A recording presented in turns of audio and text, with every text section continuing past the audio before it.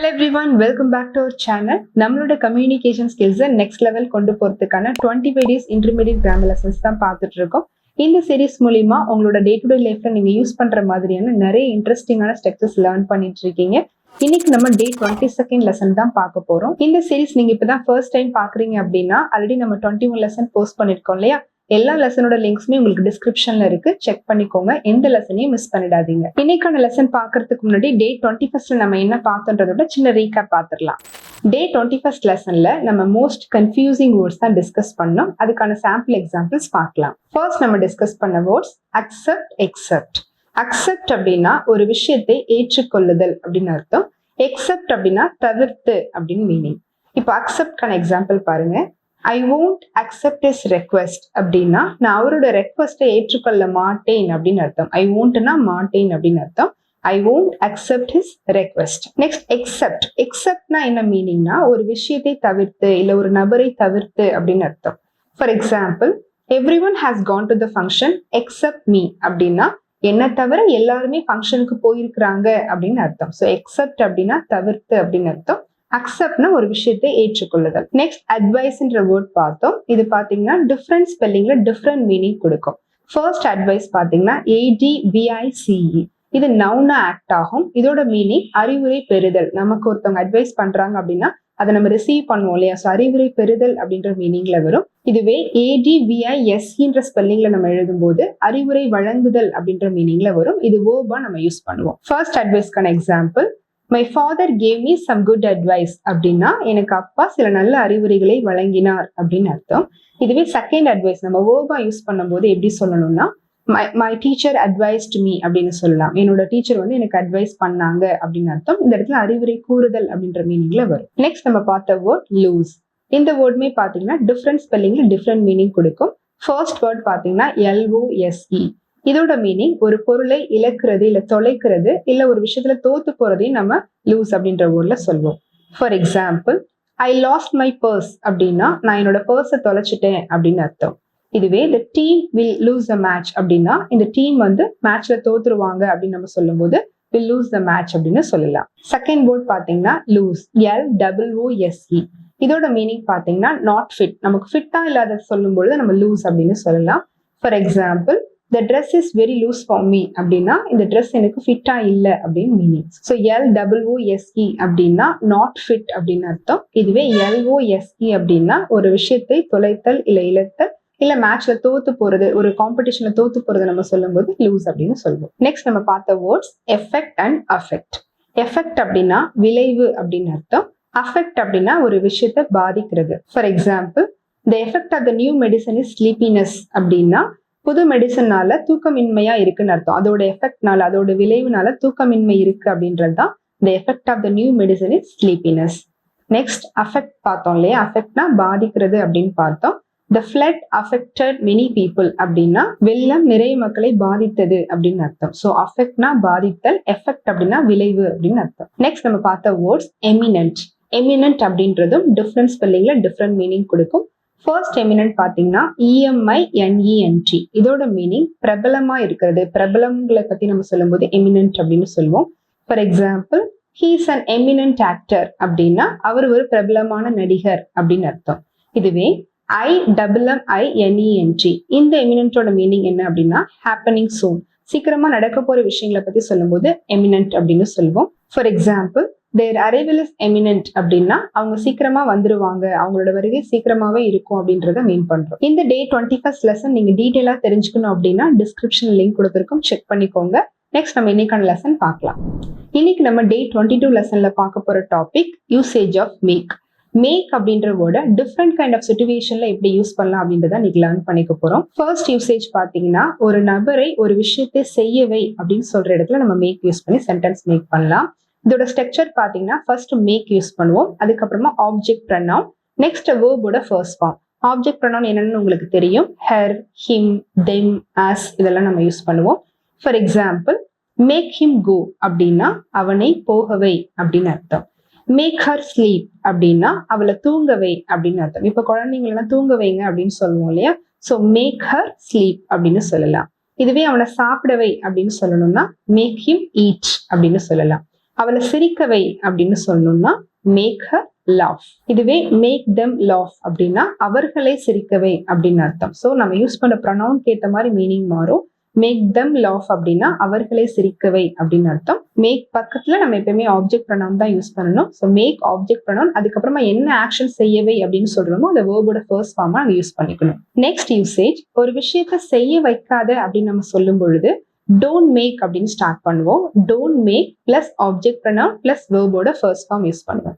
For example, don't make me cry அப்படின்னா என்னை அழ வைக்காத அப்படின்னு அர்த்தம். இதே டோன்ட் மேக் மீ டாக் அப்படின்னா என்னை பேச வைக்காத. இப்போ ஆப்ஜெக்ட் ப்ரொனவுனா மீ யூஸ் பண்றோம். So don't make me talk அப்படின்னா என்னை பேச வைக்காத அப்படின்னு அர்த்தம். இதுவே don't make her laugh too much அப்படின்னா அவளை அதிகமா சிரிக்க வைக்காத. இப்போ குழந்தைங்களை ரொம்ப அதிகமா சிரிக்க வைக்க கூடாதுன்னு சொல்லுவாங்க இல்லையா? ஸோ ரொம்ப சிரிக்க வைக்காத அப்படின்னு சொல்லும் போது don't make her laugh too much அப்படின்னு சொல்லலாம். Next example, don't make them wait அப்படின்னா அவங்கள வெயிட் பண்ண வைக்காதன்னு அர்த்தம். தெம்னா அவர்களே அப்படின்னு அர்த்தம். அவங்கள வெயிட் பண்ண வைக்காத அப்படின்னு சொல்றதுதான் don't make them wait. So ஒரு நபரை ஒரு விஷயத்த செய்ய வைக்காத அப்படின்னு சொல்ற இடத்துல டோன்ட் மேக் அப்படின்னு யூஸ் பண்ணிக்கலாம். நெக்ஸ்ட் டைப் பாத்தீங்கன்னா சப்ஜெக்ட பிகினிங்ல யூஸ் பண்ணுவோம். இதுக்கு பிஃபோரா நம்ம பார்த்த ரெண்டு கேட்டகரியுமே பாத்தீங்கன்னா ஆர்டர் மாதிரி வரும். ஒரு விஷயத்த ஒருத்தரை செய்யவே இல்ல செய்ய வைக்காத அப்படின்னு ஆர்டரா சொல்ற மாதிரி, காமனா சொல்ற மாதிரி இருக்கும். இங்கே பாத்தீங்கன்னா யாரை செய்ய வச்சாங்கன்றத நம்ம டீடைலா சொல்ற மாதிரி இருக்கும். ஸோ சப்ஜெக்ட் பிகினிங்ல யூஸ் பண்ணுவோம், அதுக்கப்புறமா மேக், அதுக்கப்புறமா ஆப்ஜெக்ட் பண்ணோம், நெக்ஸ்ட் வேர்போட ஃபர்ஸ்ட் ஃபார்ம் யூஸ் பண்ணுவோம். For example, I made him do it அப்படின்னா நான் தான் அவனை அதை செய்ய வச்சேன் அப்படின்னு அர்த்தம். I made him do it. Next, he made me drive his car அப்படின்னா அவரோட காரை என்ன ஓட்ட வச்சாரு அப்படின்னு சொல்றோம். மேக்கோட செகண்ட் ஃபார்ம் மேட் இங்கே யூஸ் பண்றோம். He made me drive his car. Next example, my mother makes me eat healthy food அப்படின்னா எங்க அம்மா என்ன நல்ல சத்தான உணவுகள் சாப்பிட வைக்கிறாங்க. ப்ரெசன்ட்ல சொல்றோம். My mother makes me eat healthy food. Next example, I made him talk with you அப்படின்னா நான் தான் உன்னோட அவரை பேச வச்சேன் அப்படின்னு அர்த்தம். I made him talk with you. So யார் செய்ய வைக்கிறாங்களோ அவங்க சப்ஜெக்டா நம்ம இங்க யூஸ் பண்றோம். நெக்ஸ்ட் டைப்ல பாத்தீங்கன்னா வேர்புக்கு பதிலாக நம்ம நவுன் அல்லது அட்ஜெக்டிவ் யூஸ் பண்ணிக்கலாம். Subject, make, object. நவுன் இல்லைன்னா அட்ஜெக்டிவ் யூஸ் பண்ணிக்கலாம். இப்ப நம்ம சொல்லுவோம் இல்லையா, நான் தான் அவங்களை டீச்சர் ஆக்குனேன், இல்ல நான் அவங்களை ரொம்ப சந்தோஷப்படுத்தினேன். நம்ம அட்ஜெக்டிவா சொல்லும் போது நான் அவங்களை சந்தோஷப்படுத்தினேன், நான் அவங்களை கோபமாக்கிட்டேன். ஸோ இந்த மாதிரி சொல்றதுக்கும் நம்ம மேக் யூஸ் பண்ணிக்கலாம். எக்ஸாம்பிள்ஸ் பார்க்கலாம். ஐ மேட் ஹிம் அன் ஆக்டர் அப்படின்னா நான் தான் அவரை ஆக்டர் ஆக்குனேன் அப்படின்னு சொல்றோம். நம்ம ஒரு ப்ரொஃபஷனை உருவாக்குறத சொல்றதுக்கு நம்ம மேக் யூஸ் பண்ணிக்கலாம். மேக்கோட பாஸ்ட் டென்ஸா மேட் யூஸ் பண்றோம். இதுவே அவர் தான் என்ன டீச்சர் ஆக்குனாரு அப்படின்னு சொல்லணும்னா he made me a teacher அப்படின்னு சொல்லலாம். இதுவே நம்ம அட்ஜெக்டிவா சொல்லும் பொழுது அவர் என்ன ரொம்ப சந்தோஷப்படுத்திட்டாரு அப்படின்னு சொல்லணும்னா ஹி மேட் மீ ஹாப்பி அப்படின்னு சொல்லலாம். இதுவே என்ன சோகமாக்கிட்டாங்க அப்படின்னு சொல்லணும்னா he made me sad today அப்படின்னு சொல்லலாம். Next example, they made me angry அப்படின்னா அவங்க என்ன கோபமாக்கிட்டாங்க அப்படின்னு அர்த்தம். அவங்க ஏதோ ஒண்ணு சொல்லி என்ன கோபப்படுத்திட்டாங்க அப்படின்றதா they made me angry அப்படின்னு அர்த்தம். இதுவே நம்ம நெகட்டிவாவும் சொல்லலாம். For example, I don't want to make you angry அப்படின்னா நான் உன்னை கோபப்படுத்த விரும்பல அப்படின்னு அர்த்தம். I don't wantனா விரும்பலன்னு அர்த்தம். I don't want to make you angry அப்படின்னா நான் உன்னை கோபமாக்க விரும்பல அப்படின்னு அர்த்தம். ஸோ நம்ம ஒரு செயல் சொல்லாம ஒரு நவுன் இல்ல அட்ஜெக்டிவ் பத்தி நம்ம பேசும்பொழுதும் இந்த மேக் யூஸ் பண்ணி சென்டென்ஸ் மேக் பண்ணிக்கலாம். நெக்ஸ்ட், ஃபுட் ப்ரிப்பரேஷன் பத்தி நம்ம பேசும்பொழுதும் மேக்ன்ற வேர்ட் யூஸ் பண்ணிக்கலாம். அதாவது சாப்பாடு தயார் பண்றதை பத்தி பேசும்பொழுது மேக் யூஸ் பண்ணிக்கலாம். For example, make a lunch for me அப்படின்னா எனக்காக லஞ்ச் பண்ணுங்க அப்படின்னு அர்த்தம். இதுவே நம்ம சஜஷனாவும் கேட்கலாம். Shall I make biryani today, நான் எனக்கு பிரியாணி பண்ணட்டுமா அப்படின்னு சஜஷனா கேட்கும் பொழுதும் shall I make biryani today அப்படின்னு கேட்கலாம். Next, I will make a sweet tomorrow அப்படின்னா நாளைக்கு நான் ஒரு ஸ்வீட் மேக் பண்றேன், ஒரு ஸ்வீட் தயார் பண்றேன் அப்படின்னு அர்த்தம். Next example, she is making tea அப்படின்னா அவங்க டீ போட்டுட்டு இருக்காங்க அப்படின்னு சொல்றதுக்கு ஷீ இஸ் மேக்கிங் டீ அப்படின்னு சொல்லலாம். நெக்ஸ்ட், மேக்ன்ற வேர்ட் பணம் சம்பாதிக்கிறத பத்தி நம்ம பேசும்பொழுதும் யூஸ் பண்ணுவோம். இப்போ மணி மேக் பண்றது அப்படின்னு சொல்லி நீங்க கேள்விப்பட்டிருப்பீங்க. இப்போ எக்ஸாம்பிள் பாருங்க.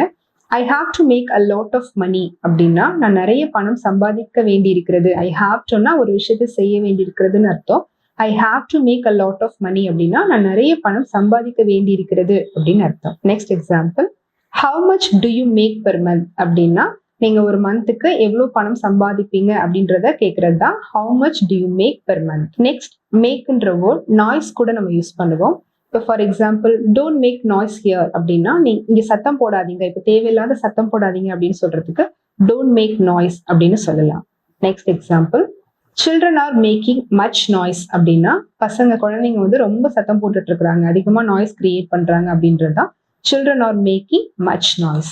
Another example she is always making noise அப்படின்னா அவ எப்ப பார்த்தாலும் தேவையில்லாத சத்தங்களை உருவாக்கிக்கிட்டே இருக்கா, சத்தம் போட்டுட்டே இருக்கா அப்படின்றதுதான் she is always making noise. Next மேக்ன்ற வேர்ட் ஒரு பர்சனை சந்தோஷப்படுத்துறதுக்கும் நம்ம யூஸ் பண்ணுவோம். அவங்க என்ன ரொம்ப சந்தோஷப்படுத்திட்டாங்க அப்படின்னு சொல்றதுக்கு யூ மேட் மை டே அப்படின்னு சொல்லலாம். இதுவே அவ என்ன ரொம்ப இன்னைக்கு சந்தோஷப்படுத்திட்டா அப்படின்னு சொல்லணும்னா she made my day. Made my டேன்றது ஒரு ஃப்ரேஸா நம்ம யூஸ் பண்ணுவோம். ஷீ மேட் மை டே அப்படின்னா அவங்க என்ன ரொம்ப சந்தோஷப்படுத்திட்டாங்க அப்படின்னு அர்த்தம். Next your speech mat my டே அப்படின்னா உங்களோட பேச்சு தான் என்ன இன்னைக்கு ரொம்ப சந்தோஷப்படுத்துனுச்சு அப்படின்றத ஸ்பெசிஃபிக்கா சொல்லும் போது யுவர் ஸ்பீச் மேட் மை டே அப்படின்னு சொல்லலாம். நெக்ஸ்ட் மேக்ன்ற வேர்ட் பாத்தீங்கன்னா கேலி செய்யறதை பத்தி சொல்லும் பொழுது மேக் யூஸ் பண்ணுவோம், மேக் ஃபன் அப்படின்னு சொல்லுவோம். இப்போ for example don't make fun of him அப்படின்னா அவரை கேலி பண்ணாத அப்படின்னு சொல்றதுக்கு don't make fun of him அப்படின்னு சொல்லலாம். Next example you are always making fun of me அப்படின்னா நீ எப்ப பார்த்தாலும் என்ன கேலி பண்ணிட்டு இருக்க அப்படின்றத ஒருத்தர்கிட்ட சொல்லும் போது you are always making fun of me அப்படின்னு சொல்லலாம். நெக்ஸ்ட் மேக் இட் அப்படின்ற வேர்ட் கம்ன்ற வேர்டுக்கு பதிலாக யூஸ் பண்ணுவாங்க கொஞ்சம் அட்வான்ஸ்டா பேசும்பொழுது. இப்போ எக்ஸாம்பிள்ஸ் பாருங்க. I can't make it to the function அப்படின்னா என்னால ஃபங்க்ஷனுக்கு வர முடியாது அப்படின்னு அர்த்தம். I can't come to the function சொல்லுவோம் இல்லையா, ஸோ அதையே கொஞ்சம் சேஞ்ச் பண்ணி I can't make it to the function அப்படின்னு சொல்லலாம். Next example I can't make it on time அப்படின்னா என்னால டைம்க்கு வர முடியாது, கரெக்டான டைம்க்கு வர முடியாது அப்படின்றதா I can't make it on time. Next example I just made it அப்படின்னா நான் இப்போதான் வந்தேன் அப்படின்னு அர்த்தம். ஐ ஜஸ்ட் கேம் அப்படின்னு சொல்லுவோம்ல, அதே மாதிரி ஐ ஜஸ்ட் மேட் இட் அப்படின்னு சொல்லலாம். இதே நம்ம கொஸ்டினாவும் யூஸ் பண்ணலாம். For example can you make it to the function அப்படின்னா நீ ஃபங்க்ஷனுக்கு உன்னால வர முடியுமா அப்படின்னு கேட்கிறோம். கேன் யூ கம் அப்படின்றதுக்கு பதிலாக can you make it to the function அப்படின்னு கேட்கலாம். Next what time can you make it அப்படின்னா உன்னால எத்தனை மணிக்கு எந்த டைம்க்கு உன்னால வர முடியும் அப்படின்றதா what time can you make it. So கம்ன்ற வேர்டுக்கு பதிலாக மேக் இட் அப்படின்ற வேர்ட் யூஸ் பண்ணிக்கிறோம். இங்க ஃபைனலா மேக் யூஸ் பண்ணி நம்ம ரியல் டைம்ல பேசுற சில ஃப்ரேசஸ் கத்துக்கலாம். ஃபர்ஸ்ட் பாத்தீங்கன்னா make your bed. Make your bed அப்படின்னா உன்னோட பெட்டை சரி பண்ண, பெட்டை ஒழுங்கா போடு அப்படின்றதா மேக் யுவர் பெட் அப்படின்னு அர்த்தம். Next example make a phone call அப்படின்னா ஒரு கால் பண்ணு அப்படின்னு அர்த்தம். Next make a call to her அப்படின்னா அவளுக்கு ஒரு கால் பண்ணு அப்படின்றதா make a call to her. Next example make yourself at home அப்படின்னா உங்களோட வீடு மாதிரி கூச்சப்படாம இருங்க அப்படின்னு சொல்லுவோம் இல்லையா, ஸோ அதுதான் make yourself at home. ஃபைனலா shall I make a move அப்படின்னா நான் புறப்படட்டுமா அப்படின்னு கேட்கறதுக்கு shall I make a move அப்படின்னு யூஸ் பண்ணலாம். That's end of the lesson today. இன்னைக்கு பார்த்த டாபிக் கண்டிப்பா உங்களுக்கு யூஸ்ஃபுல்லா இருந்திருக்கும்னு நினைக்கிறேன். ஸோ மேக் அப்படின்ற வேர்ட் உருவாக்குதல், தயார் செய்தல் அப்படின்ற மீனிங்ல மட்டும் இல்லாம டிஃப்ரெண்ட் கைண்ட் ஆஃப் சிச்சுவேஷன்ல யூஸ் பண்ணலாம் அப்படின்றத பார்த்தோம். டே 1ல இருந்து டே 21 வரைக்கும் லெசன் பார்க்காதவங்க டிஸ்கிரிப்ஷன் லிங்க் கொடுத்துருக்கோம், செக் பண்ணிக்கோங்க. இந்த இன்டர்மீடியட் சீரிஸ் உங்களுக்கு யூஸ்ஃபுல்லா இருந்துச்சுன்னா லைக் பண்ணுங்க, மறக்காம ஃப்ரெண்ட்ஸ் அண்ட் ஃபேமிலி மெம்பர்ஸ் கூட ஷேர் பண்ணுங்க. இன்னும் சேனல் சப்ஸ்கிரைப் பண்ணாதவங்க மறக்காம சப்ஸ்கிரைப் பண்ணிடுங்க. நெக்ஸ்ட் ஒரு இன்ட்ரெஸ்டிங்கான டாபிக்கோட உங்களை டே 23ல மீட் பண்றேன். தேங்க்யூ.